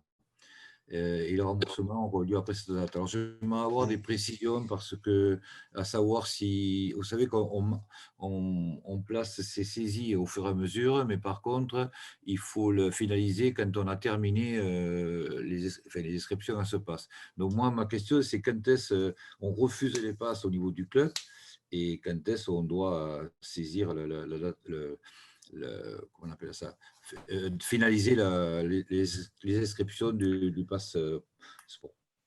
Alors, je vais répondre sur ce point-là. Donc, déjà, premièrement, il y a un article sur le site qui vous explique comment participer à l'opération passeport, avec des tutoriels pour pouvoir mettre en place et enregistrer ces licences.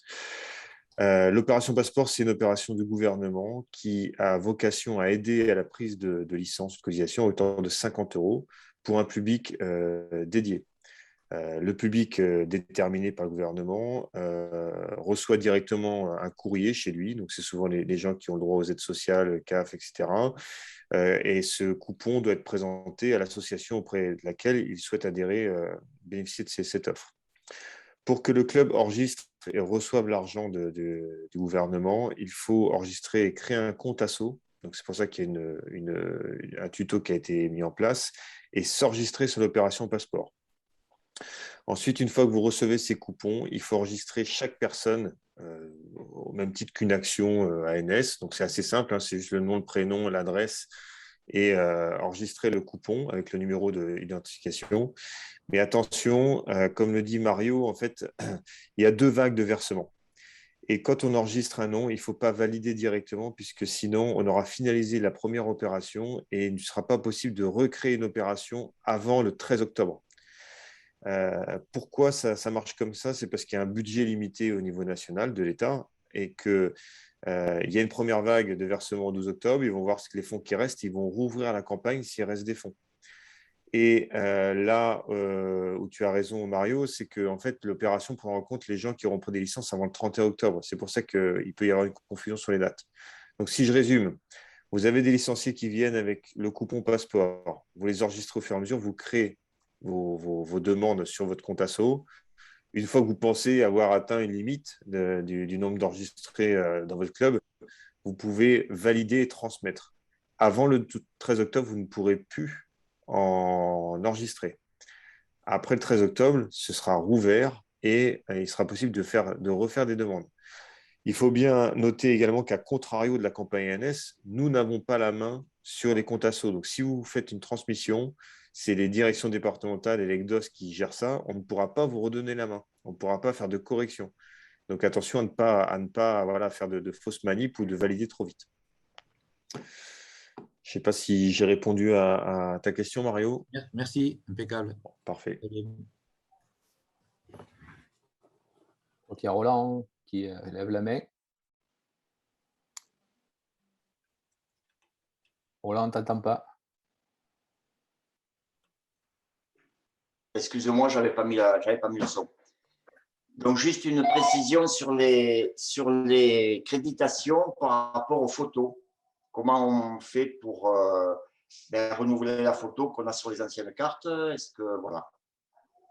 Quand c'est marqué sur le formulaire, si vous souhaitez mettre une nouvelle photo, vous l'envoyez par mail à l'adresse sportif et ça sera pris en compte. Si vous n'en envoyez pas, si on a déjà une photo, on prend encore l'ancienne photo, ou si vous en avez une sur l'espace licencié, on ira la chercher. Mais si vous souhaitez la renouveler, il faut l'envoyer par mail. Oui, par mail, parce que suivant celles qu'on met sur Extranet, où elles sont trop lourdes ou autres, donc il faut y retravailler. Voilà. Et une deuxième question sur la formation, je ne sais pas si c'est l'ordre du jour ou pas. Si on peut oui, tu peux poser. Oui, voilà, par rapport à la première marche de formation, donc l'AS, j'aurais entendu dire que ça serait éventuellement dédié au niveau des clubs. Est-ce que c'est d'actualité ou est-ce qu'il y aura formation au niveau du département ou... Alors, je veux bien répondre à ce niveau-là. Merci Marc. Je passe. Donc, vous savez que pendant la crise sanitaire, on n'a pas pu mettre en place les formations dédiées aux bénévoles. On n'était pas autorisé à faire. Les seuls qui pouvaient être en formation, c'était les gens qui étaient en formation professionnelle. Donc, de ce fait, les gens qui avaient voulu s'inscrire à une formation initiale d'assistant club ou d'animateur suppléant n'ont pas pu rentrer en formation, mais ils s'étaient inscrits. Des gens qui avaient des renouvellements à faire ont, de la même manière, n'ont pas pu réaliser les heures de renouvellement, mais ils s'étaient inscrits auprès de l'ANIC. Donc, tous les gens qui étaient officiellement inscrits, soit sur une formation initiale, soit une formation de renouvellement, ont reçu de la part de la Ligue un mail comme quoi on les considérait inscrits pour la saison 2021-2022, puisqu'ils étaient officiellement inscrits pour la saison précédente 2020-2021. D'accord? Si les gens qui étaient en formation initiale finalement avaient changé d'idée et ne souhaitaient plus se former de manière initiale, soit au diplôme d'assistant club, soit au diplôme d'animateur suppléant, il leur a été possible de nous adresser un mail pour qu'on les rembourse de la somme qui avait été engagée pour la formation qu'ils n'ont pas pu suivre. Voilà. Donc, tous ceux qui ne nous ont pas dit qu'ils n'étaient plus intéressés par la formation sont toujours considérés comme étant en formation et ont reçu pour les formations initiales, donc pas pour les renouvellements, ont reçu pour les formations initiales une information comme quoi on les attendait le 2 octobre à Réalmont et le 3 octobre à Metz. Voilà. En ce qui concerne les formations initiales par rapport aux volontés, on va essayer de faire en sorte que les temps de formation initiale pour les assistants clubs et les animateurs suppléants se situent de septembre à décembre, de manière à régler les gens qui étaient actuellement inscrits en formation. Et la proposition qui va être soumise au conseil d'administration, qui j'espère sera suivie par le conseil d'administration, est de faire évoluer les formations, à savoir que la formation des assistants clubs serait dynamisée directement par les clubs. De fait, comme c'est le club qui fait le boulot, cette formation elle serait du fait gratuite. Il serait donné un ruban pédagogique type à suivre et un livret de formation type à remplir. Et en fin de saison, le club attesterait de la formation suivie au sein du club par l'assistant club. Nous renverrait ces éléments-là et pour le début de saison suivante, on enregistrerait les gens avec un diplôme d'assistant club.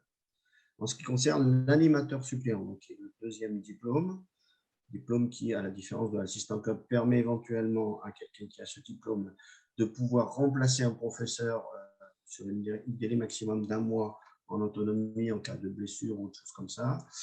Ce diplôme serait dynamisé soit directement par les comités départementaux, soit en dynamique bidépartementale, ou voire en zone. Ça, on le déterminera en accord avec les présidents de comité et les CT, et en fonction forcément du nombre de personnes qui s'y inscriraient. Voilà le projet, et si ce projet est entériné par le conseil d'administration, on le mettrait en œuvre à partir de janvier 2022, notamment pour finir la saison 2021-2022, et on relancerait ces formations sous cette forme à partir de septembre 2022 pour l'année 2022-2023. Voilà. Donc actuellement, s'il y a des gens qui n'étaient pas inscrits en formation initiale, on ne leur propose pas particulièrement de s'inscrire. Les gens qui étaient inscrits en formation initiale, on leur demandait de confirmer. On va traiter cette formation de septembre à décembre. Et à partir de janvier, on lancera la nouvelle dynamique si elle est entérinée par le conseil d'administration. J'espère avoir été clair.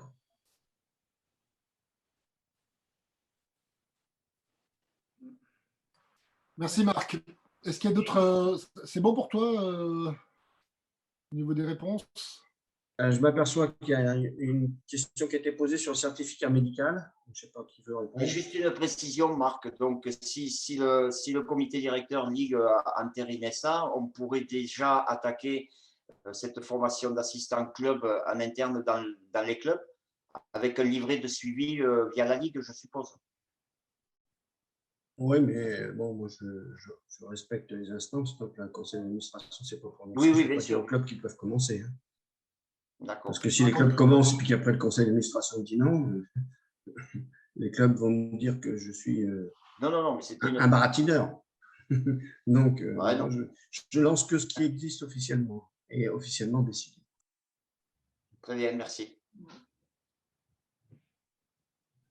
Marc, tu parlais du certificat médical juste avant là. Une question. C'est André Sauton qui a posé une question, le certificat médical, entre parenthèses, questionnaire, pour les compétiteurs mineurs. Alors, je ne sais pas si André veut préciser de quoi il parle exactement et de quelle précision il a besoin, puisqu'il me semble que sur la prise de licence, tous les éléments du tuto de prise de licence sont clairs là-dessus, mais bon, je ne sais pas quelle précision il a André, besoin. si tu veux prendre la parole, s'il te plaît. Oui, bien sûr, oui. Ça concerne donc le certificat médical pour les mineurs. Donc maintenant, ce n'est pas une obligation de fournir un certificat médical. Ils peuvent faire donc par le questionnaire. Donc c'est les parents qui attestent l'état de santé des enfants. Pour la compétition, à partir du moment où ils vont s'inscrire, je parle pour des benjamins par exemple, c'est-à-dire un benjamin qui arrive première année, éventuellement deuxième année. Comme il n'y a pas eu de compétition avant, il avait simplement fourni un certificat normal, sans compétition, de pratique sportive. Là, sur le questionnaire, on n'a pas marqué, il y a juste ce questionnaire quand on coche au niveau de la fédération. Lorsqu'on va inscrire les enfants ou adolescents, enfin les mineurs, à une compétition, s'ils n'auront rempli que le questionnaire, comment ça va se passer? Est-ce qu'on va être bloqué ou est-ce qu'il va falloir le modifier pour qu'il marque compétition?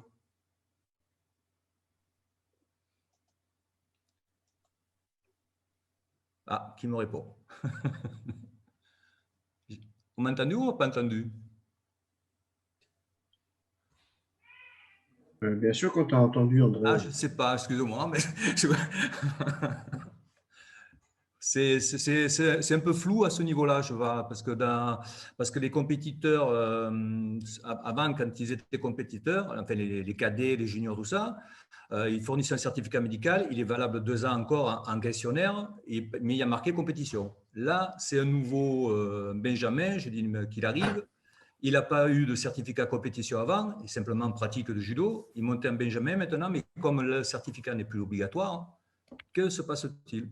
Non, mais moi, de ce que j'ai compris, le problème il serait au moment de la prise de licence, Parce qu'au moment de la prise de licence, s'il répond non à tous les questionnaires, c'est qu'il n'a aucun problème et qu'il n'est pas obligé de fournir un certificat médical. Donc, de fait, il a une aptitude à la compétition sans problème. Si par contre, il a répondu oui à une question, il est chargé de fournir forcément un certificat médical.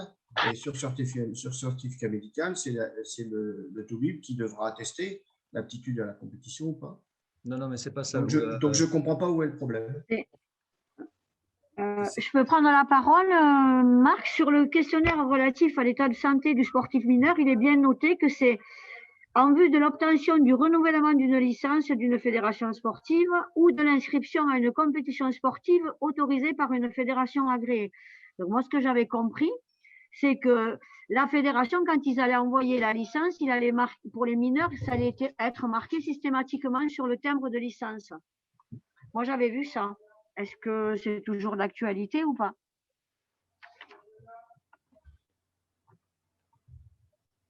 À partir du moment que la licence est prise, c'est bon. Si le formulaire il a été validé, il n'y a pas de contre-indication ou de problème particulier, il n'y a pas besoin de certificat médical pour les mineurs. Ok, merci. Une question. Pierre. Oui, bon, j'ai une question. Alexis, et tout à l'heure, on est au même club, mais Alexis a dit que pour le pass sport, c'était valable jusqu'au 30 novembre. C'est quand même assez flou par rapport à tout ce qu'on dit, parce que sur les papiers, il y a marqué que le passeport est valable jusqu'au 30. On peut prendre des passeports jusqu'au 31 octobre et qu'il faut faire les demandes de paiement avant le 30 novembre. Or, Alexis avait eu un mail du ministère des Sports où c'était valable jusqu'au 30 novembre. Alors bon, il faudrait quand même qu'on nous clarifie la chose. C'est la demande de paiement qui sera valable jusqu'au 30 novembre, mais de toute façon, prenez bien en compte qu'il y a des fonds limités. Donc en fait, si au 12 octobre, il n'y a plus de fonds, il n'y aura plus de versement. Et les gens vont amener leurs coupons en début d'année. Donc, c'est surtout en septembre que ça va jouer. Autrement dit, après le 12 octobre, s'il y en a qui viennent, ils risquent de ne pas être payés. C'est possible. Oui. Donc, on risque de faire la réduction au club et ne pas avoir l'argent. Attention, certains clubs ont alerté là-dessus. C'est-à-dire que en effet, faites attention en tant que club. Si vous accordez une réduction de 50 €, mais que les fonds sont épuisés et que vous n'avez pas les fonds de l'État, peut-être qu'il faut s'assurer en demandant peut-être un chèque de 50 € à part pour s'assurer aussi que la personne n'ait pas déposé son coupon dans 3 associations où elle a voulu s'inscrire. Ce qui peut arriver, puisqu'il ne pourrait être payé qu'une fois. Il y aurait une vérification de ça. Donc peut-être qu'il faut, dans votre gestion, s'assurer de bons paiements pour pouvoir éventuellement redonner le chèque de 50 € correspondant. D'accord. Mais après, bon, Pierre, on n'est pas là, c'est pas une opération qu'on maîtrise, hein, on transmet une info, donc on essaie d'être le plus précis possible.